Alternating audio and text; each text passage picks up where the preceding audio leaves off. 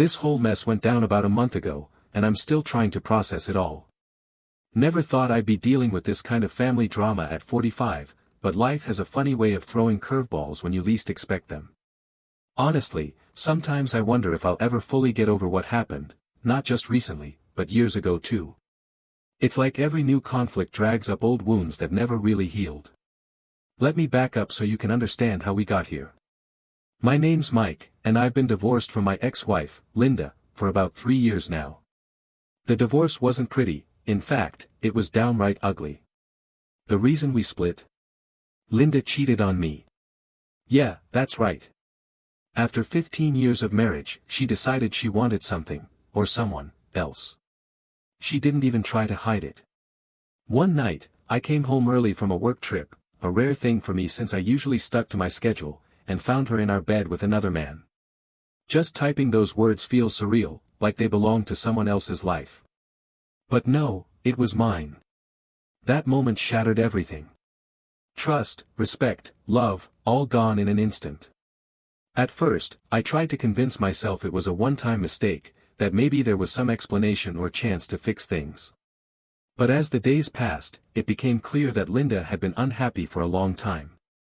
She admitted she'd fallen out of love with me years before, though she never said anything because she didn't want to rock the boat. Instead, she let resentment build until it exploded in the worst possible way. When I asked why she did it, why she stayed with me while seeing someone else behind my back, she just shrugged and said, "I guess I thought I deserved better." Better. That word kept echoing in my head. What exactly did better mean?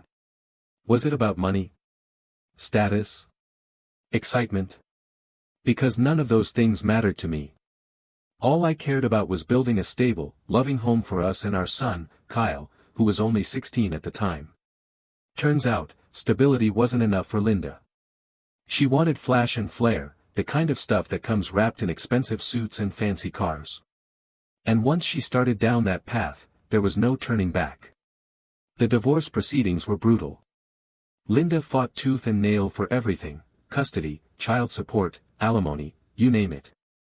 She made sure to paint me as the bad guy in front of Kyle, telling him lies about how I supposedly neglected her and wasn't invested in their lives. Every argument, every disagreement we'd ever had suddenly became ammunition against me.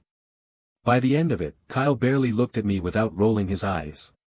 He believed every word she said, hook, line, and sinker. Eventually, the court stepped in and gave us shared custody with reasonable child support payments. Part of the agreement included me covering Kyle's college expenses, which I insisted on doing anyway. I wanted to ensure he had opportunities no matter what happened between Linda and me. So, I set up automatic payments for tuition and gave him a credit card for other school-related costs. About $30,000 a year goes toward his education. Private universities aren't cheap, but I figured it was worth it if it meant giving him a shot at a brighter future. Fast forward to last year, when Linda remarried some guy named Greg.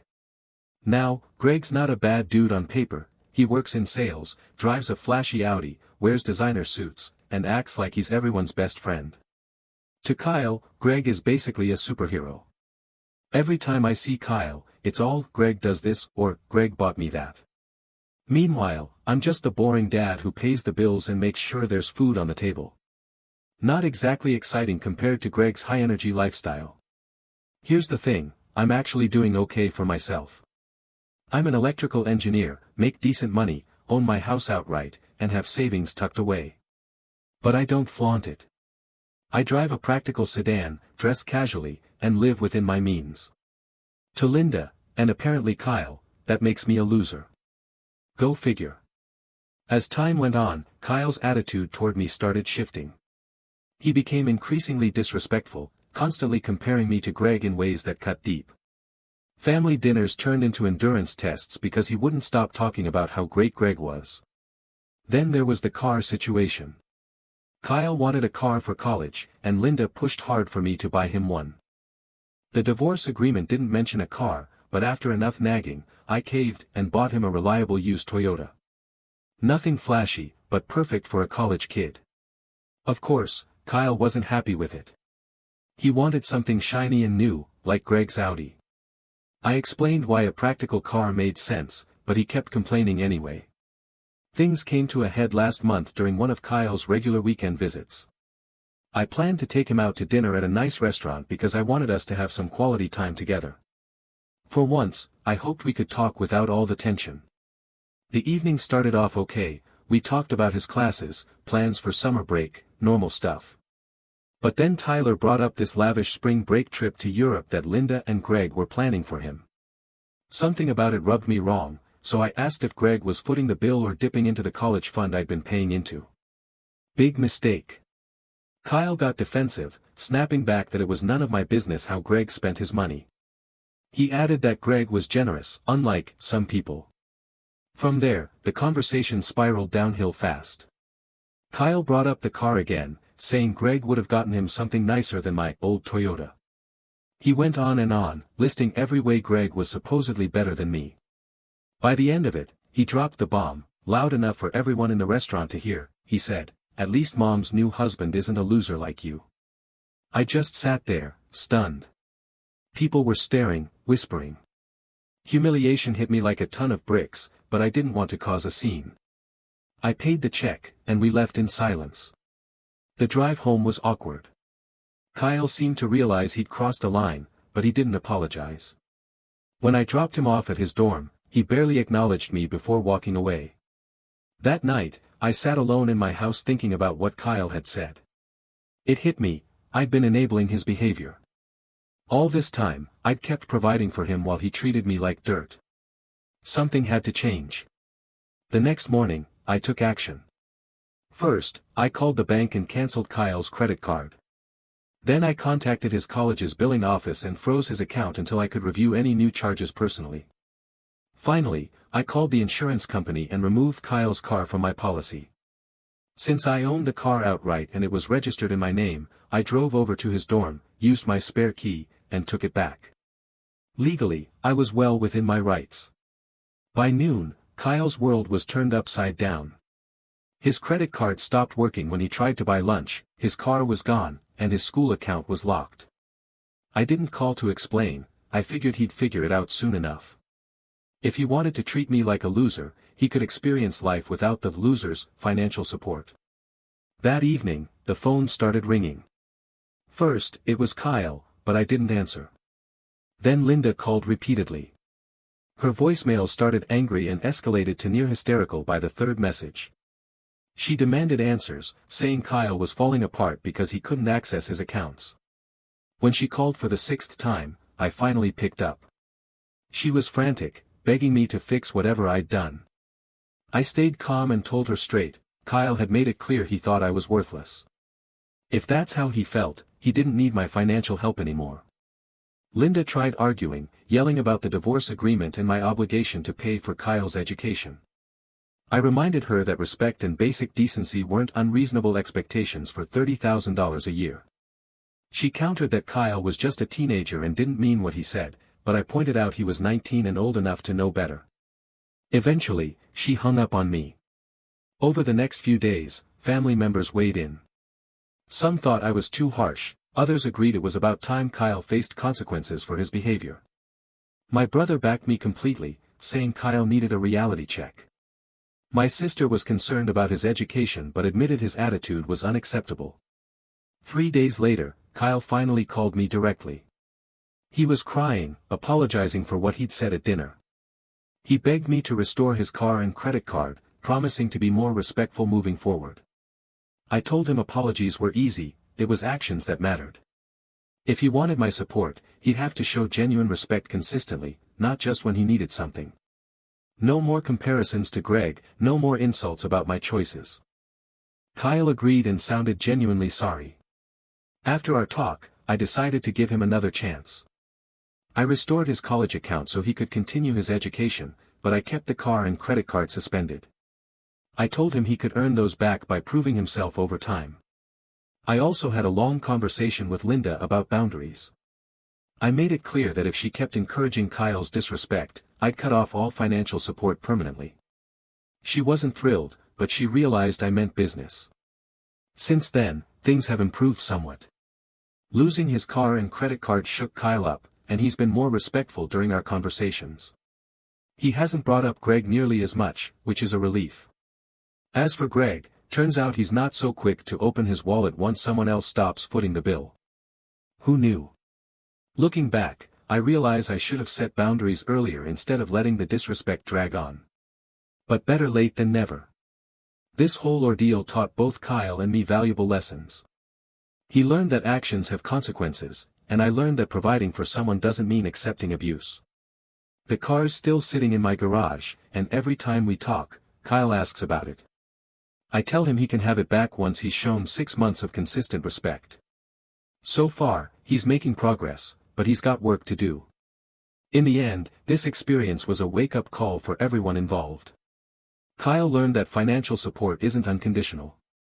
Linda learned that her actions affect Kyle's future. And I learned that setting boundaries, even with family, is necessary. I hope Kyle takes this lesson to heart and grows into a better person because of it. He's smart and capable, but he needed to learn that treating people well matters just as much as achieving goals. Sometimes, accountability is the best gift you can give someone. But here's the deeper truth: none of this would have happened if Linda hadn't betrayed me in the first place. That moment when I walked in on her changed everything, not just for me, but for Kyle too. It created a rift in our family that's taken years to heal, and honestly, I'm not sure it ever will completely. Kyle grew up watching his mom tear me down, both during the divorce and afterward. He saw her trade me in for someone flashier, someone who seemed to offer more excitement and adventure. How could he not start to think less of me? And yet, despite everything, I still love Kyle. He's my son, and I want him to succeed. But I also want him to understand that relationships are built on mutual respect. You can't treat someone like dirt and then expect them to keep giving you what you want. That's not how life works. Maybe someday Kyle will see that. Until then, I'll keep holding the line, hoping he learns the value of treating people well, not just me, but everyone around him. It's been 6 months since that fateful night at the restaurant, the night Kyle called me a loser in front of everyone. 6 months of rebuilding, recalibrating, and redefining what it means to be a father under these circumstances. Things are better, I suppose. But they're not fixed. They might never fully be. Still, progress is progress, and I'll take it.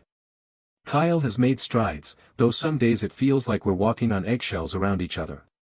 He calls more often now, usually out of necessity, but there's an underlying tension that hasn't quite dissipated.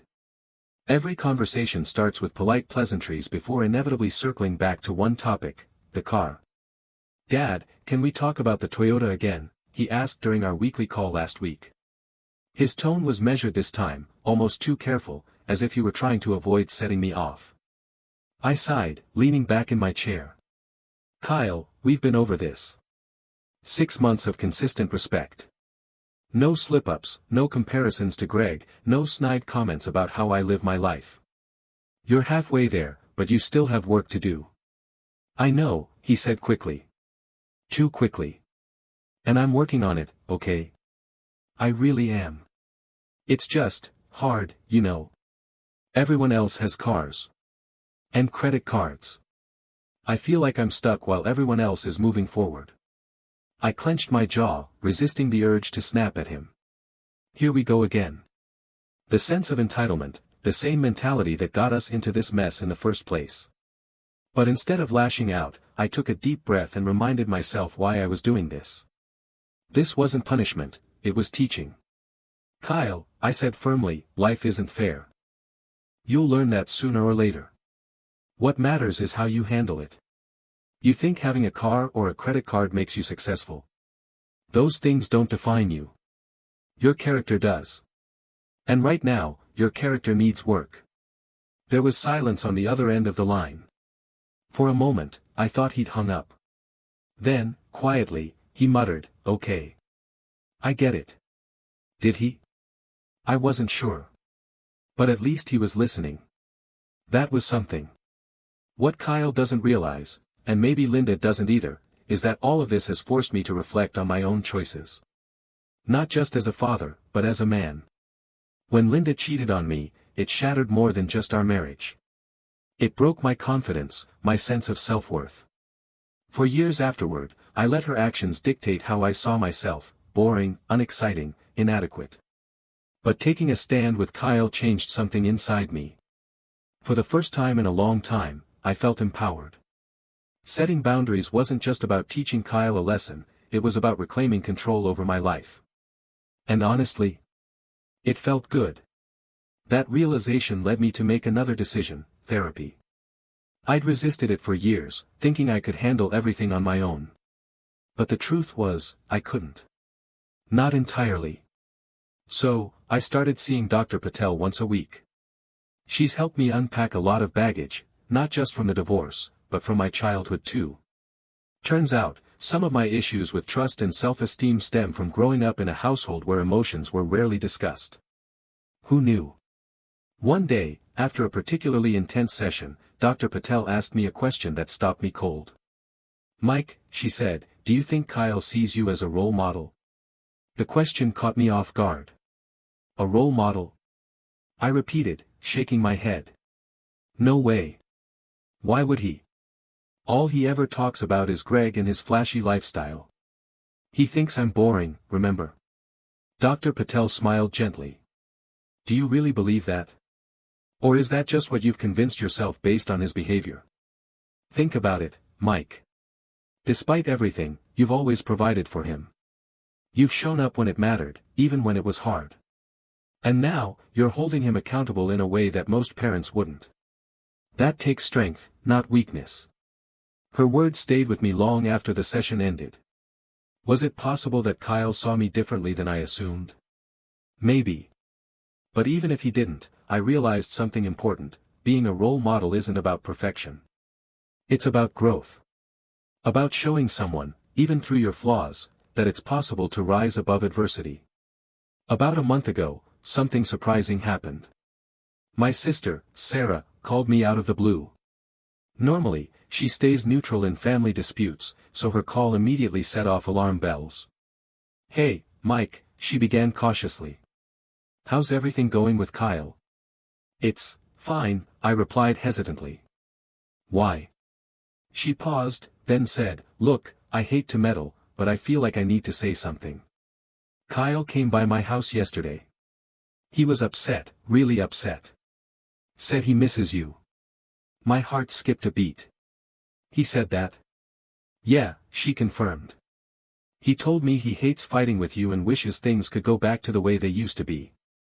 He even admitted that Greg isn't as great as he pretends to be. Apparently, Greg bailed on helping with some big project at school because it wasn't worth his time." Kyle sounded pretty bitter about it. I didn't know what to say. Part of me wanted to dismiss it as manipulation, another ploy to get me to give in. But another part of me wondered if maybe, just maybe, Kyle was finally starting to see the cracks in the facade. "Thanks for telling me, Sarah," I said finally. "I appreciate it." After we hung up, I sat there for a while, staring at the wall. For the first time in months, I allowed myself to hope. Hope that Kyle might actually be learning. Hope that our relationship could heal. Hope that maybe, someday, we could find common ground again. Today, I'm cautiously optimistic. Kyle and I are still navigating this rocky terrain, but I can see glimpses of the son I used to know, the one who used to laugh at my bad jokes and ask me to help him build Lego sets. We're not there yet, but we're closer than we were. As for Linda and Greg, well, let's just say their honeymoon phase seems to be wearing off. According to Sarah, Greg's generosity has its limits, and Linda's starting to notice. Good. Maybe this whole ordeal will teach her something too. In the meantime, I'm focusing on myself. Therapy has opened my eyes to the importance of self-care, and I've started exploring hobbies I haven't touched in years: woodworking, hiking, even painting. It's amazing how much lighter life feels when you stop carrying the weight of other people's expectations. Would I change the past if I could? Probably. But I can't. All I can do is keep moving forward, one step at a time. Because sometimes, the hardest lessons lead to the greatest growth. And maybe, just maybe, Kyle and I will come out of this stronger than before. It's been nearly 9 months since that night at the restaurant, the night Kyle called me a loser in front of everyone. 9 months of rebuilding, recalibrating, and redefining not just our relationship, but my own sense of self-worth. Things are different now. Not perfect, but different. Progress is progress, after all. Kyle has made strides. He calls more often, not just when he needs something, and there's a noticeable shift in his tone. It's less defensive, less entitled. There's still an undercurrent of tension between us, but it feels manageable now, like we're both trying to navigate this rocky terrain together instead of standing on opposite sides of a canyon shouting insults. The car remains parked in my garage, a silent reminder of the stakes involved. Every time we talk, Kyle asks about it. Each time, I give him the same answer: 6 months of consistent respect, Kyle. No slip-ups. No comparisons to Greg. No snide comments about how I live my life. He nods, or at least, I imagine him nodding, and says, "I know, Dad. I'm working on it." And he is. Slowly but surely, he's proving himself. Last week, Kyle surprised me. He showed up unannounced at my house, something he hasn't done in years. I opened the door to find him standing there, looking awkward but determined.